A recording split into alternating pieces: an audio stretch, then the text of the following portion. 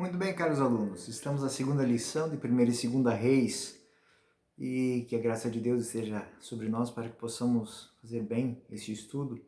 O estudo agora é da segunda lição. A segunda lição vai ser em cima da lógica da mentalidade por detrás de 1ª e 2ª Reis. São uma expressão da mentalidade religiosa inspirada pelos princípios deuteronomistas. Agora, que princípios são esses? São os princípios da lei, da fidelidade à lei. Aquilo que foi deixado em herança a Israel. Não terás outro Deus além de mim. Então, toda a mentalidade que está por trás disso é uma luta do povo de Israel no meio das monarquias, da sucessão de monarcas, para manter essa fidelidade.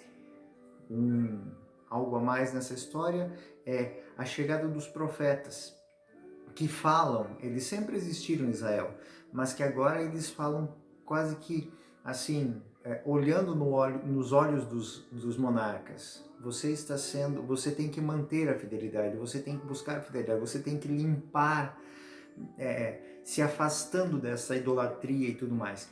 Então, essa é a dinâmica. A mentalidade, ela é como a fidelidade age ou não na vida de cada um dos monarcas. E aqui, aquela chave de leitura.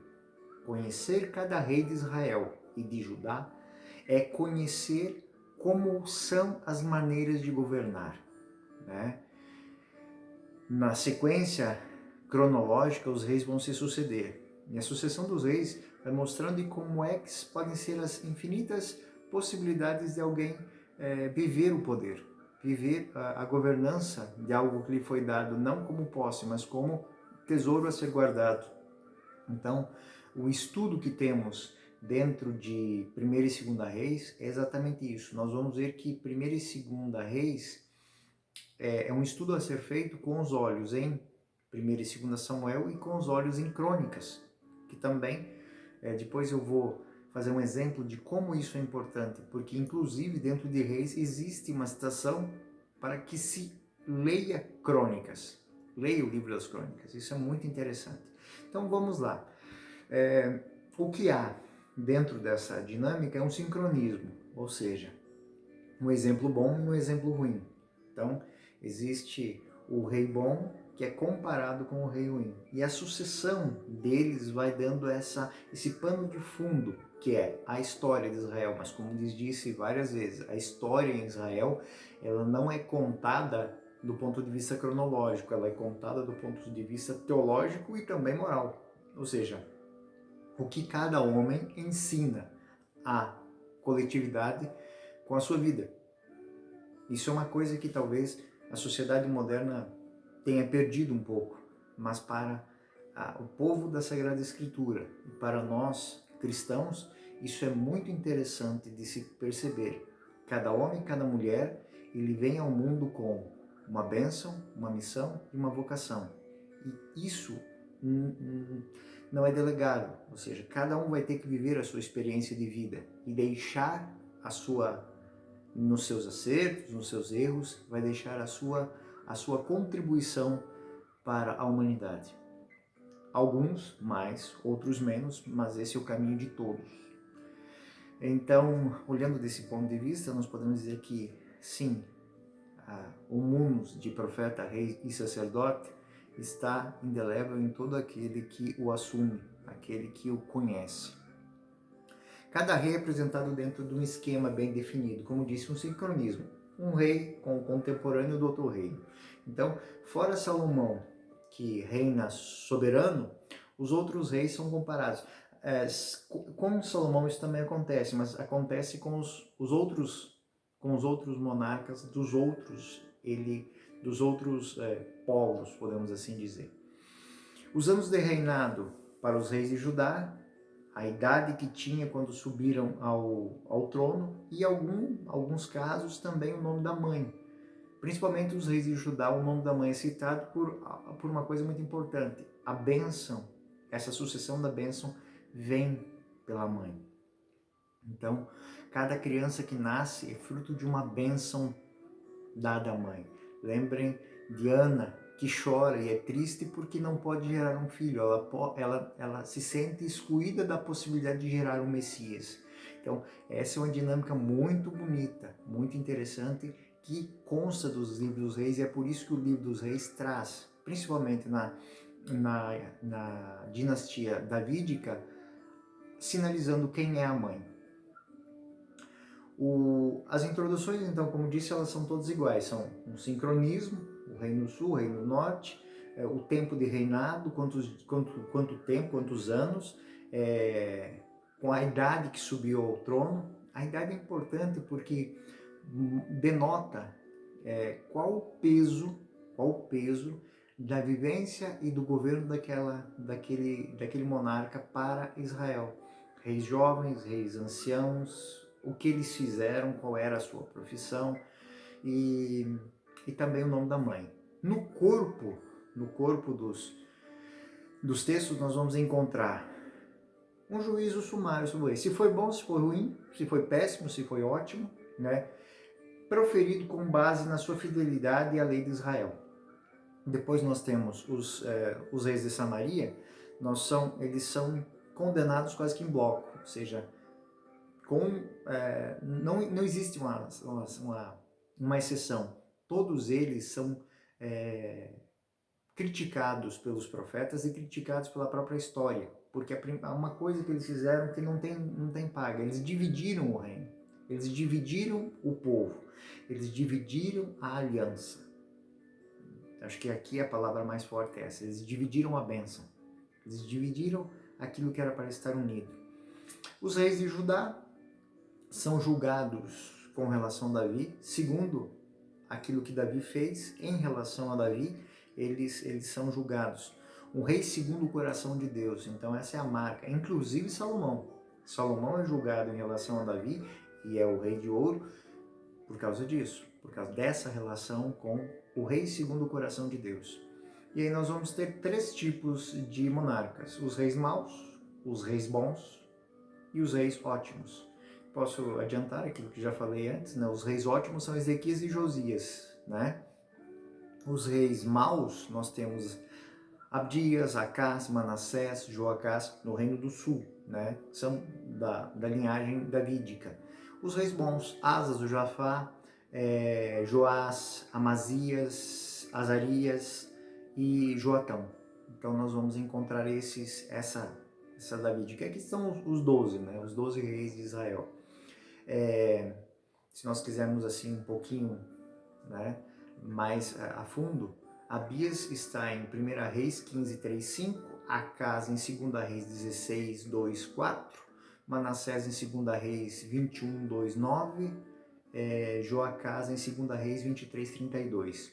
E os reis bons é um bloco que está em 1 Reis 15, 11, 13, Asa, Josafá, 1 Reis 22, 43, 47, Joás, 2 Reis 12, 2, 3, Amazias, 2 Reis 14, 4, Azarias, 2 Reis 15, 3 seguintes, e Joatã, 2 Reis 15, 34. É muito interessante prestar atenção numa coisa. Nem sempre um rei que tem sucesso político tem sucesso religioso. E nem sempre o rei que tem sucesso religioso tem sucesso político.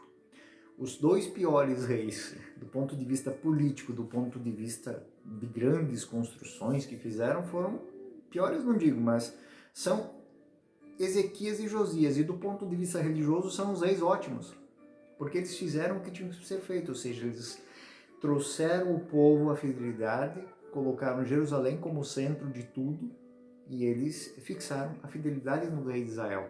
Por isso que, do ponto de vista da mentalidade deuteronômica, lembrem-se disso, a mentalidade da fidelidade à lei. A lei que nos foi dada e que deve ser seguida. A lei que nos foi reentregue quando é encontrada no subsolo do Templo de Salomão, escondida. Os manuscritos, os originais. Então vocês imaginem, quando um povo que deve ser fiel à lei perde perde o texto da lei, alguma coisa não estava indo bem. Então esse recobrar das forças fazem de Ezequias e de Josias os grandes reis de Israel desse período pós-divisão Judá-Samaria. Enfim, os reis da Samaria, pecados foram sucedendo numa escala crescente e gradativa, ou seja, o rei é infiel, divide o povo, essa divisão gera outros problemas e outros problemas que vão cada vez mais, ao ponto de que um rei estava simplesmente eliminando o outro, e às vezes não eliminava só o outro rei, eliminava a família inteira para não deixar ninguém. E aí ele diz assim, bom, posso sossegar, eliminei os meus antecessores, agora eu estou bem. Aí vinha um general e matava ele e eliminava a família dele. Daí os soldados se reuniam a um outro general. Então chegou a um nível de enfraquecimento total dos governos de Samaria por causa disso, né?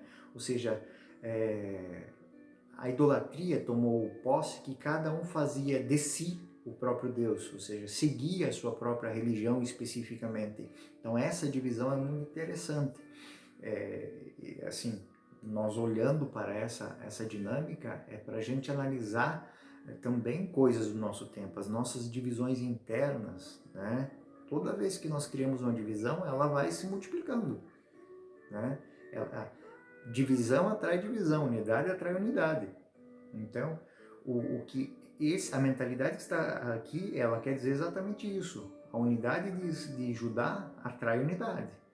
O povo está sendo perseguido, tem reino estrangeiro brigando, eles estão lá firmes, fortes, unidos e vão até o último instante.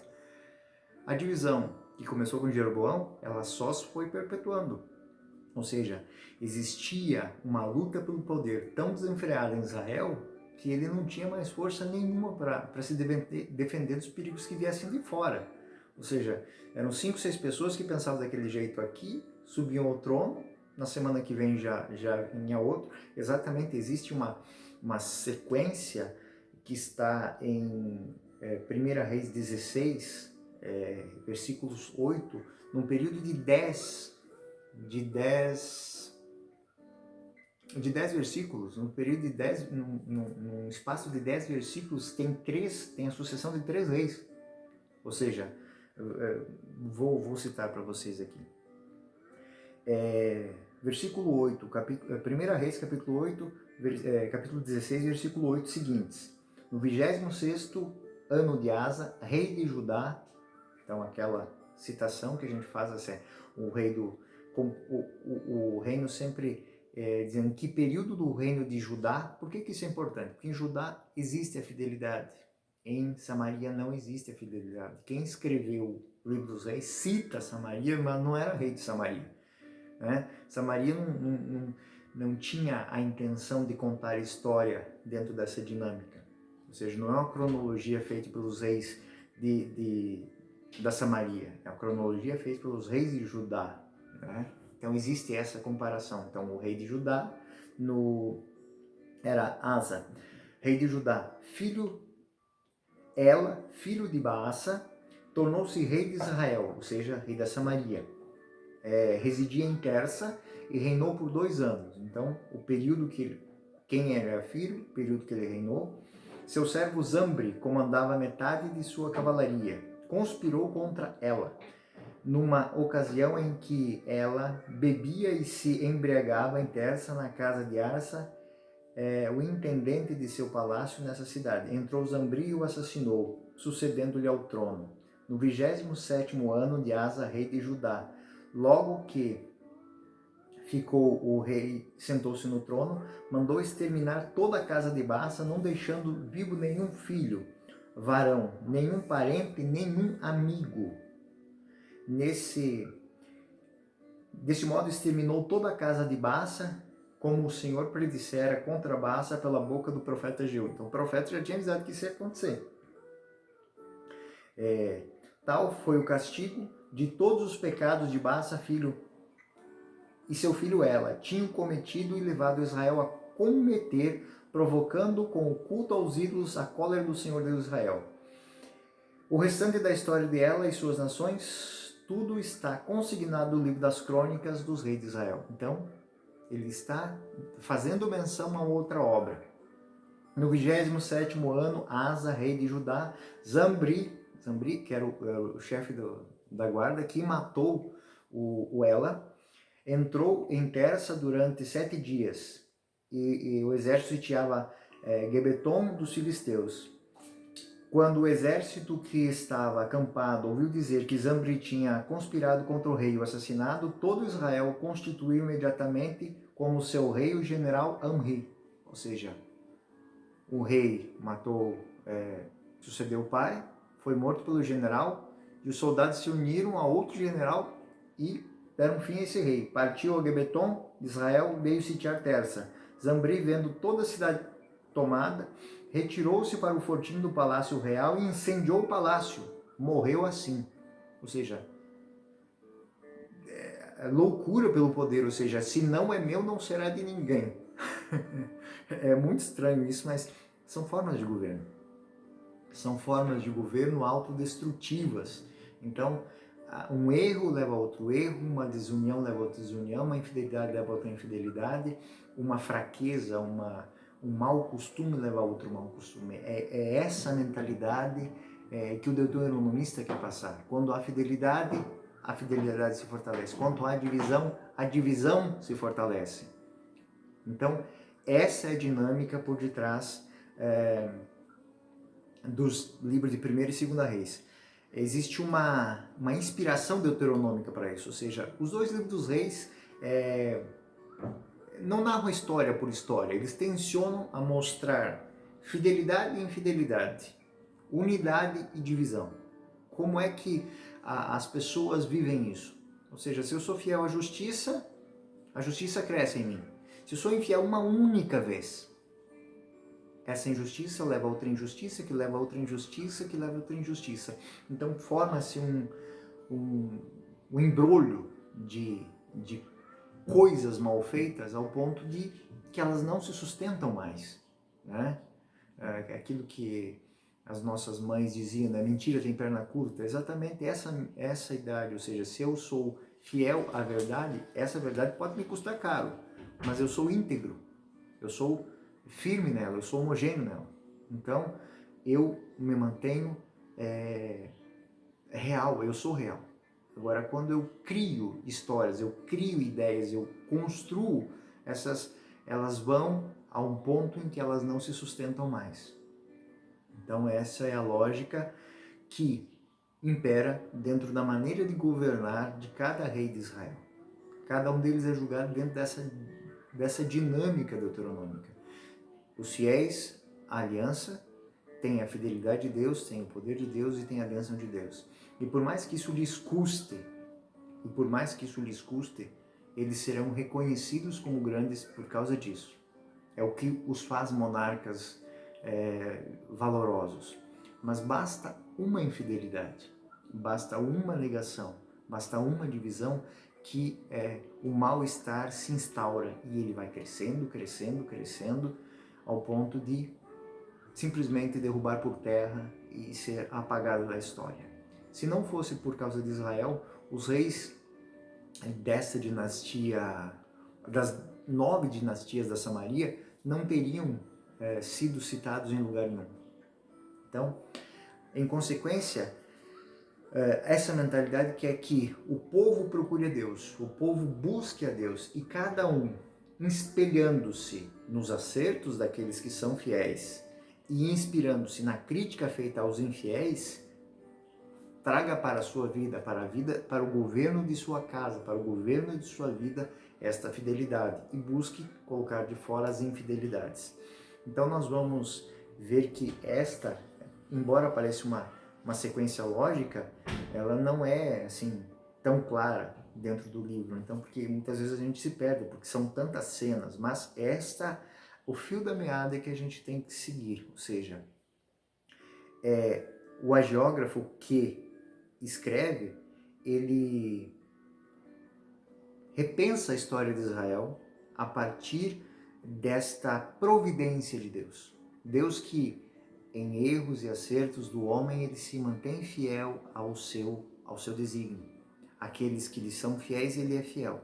E aí lembro lá que a dinastia davídica se manteve de Davi até a queda de todo Israel por uma força estrangeira, mas que depois é recolocada no trono, né? Mesmo Ezequias tendo sido preso e ido para o cativeiro, ficado no cativeiro, quando ele volta, embora seja considerado um rei vassalo, mas ele volta como rei. Então se perpetua essa realidade, e essa realidade é a realidade que vai reinar para o povo judeu. Ou seja, Davi sempre será a porta de salvação de Israel. Tanto que o Messias nasce da estirpe de Davi, é descendente de Davi. O rei dos reis é da dinastia davídica. Se nós pegarmos Mateus capítulo 1, nós vamos ver isso. A sequência, filho de Davi, descendente de Davi. José é descendente de Davi. Ou seja, Jesus é descendente de Davi. O rei dos reis é da casa de Davi. Então essa fidelidade da proposta de Deus, do projeto de Deus, está incrustado nessa realidade aqui. Então, no fundo, a história do livro dos reis é a história vista com os olhos de Deus. Ou seja, Deus que dá a bênção, faz o chamado e entrega a missão. E o homem que é possuidor dessa bênção, capaz de ouvir esse chamado, decide se aceita ou se não aceita a sua missão. Então essa foi a dinâmica dessa nossa segunda lição, que fala sobre a mentalidade por trás de 1ª e 2ª Reis. Muito obrigado pela sua atenção. Não se esqueça de dar aí um joinha para nós, se inscrever no canal, colocar o sininho, né? E vamos continuando. Na próxima lição nós temos o autor e a data e a origem. Fiquem com Deus. Deus os guarde, ilumine e vos faça felizes. Até a próxima.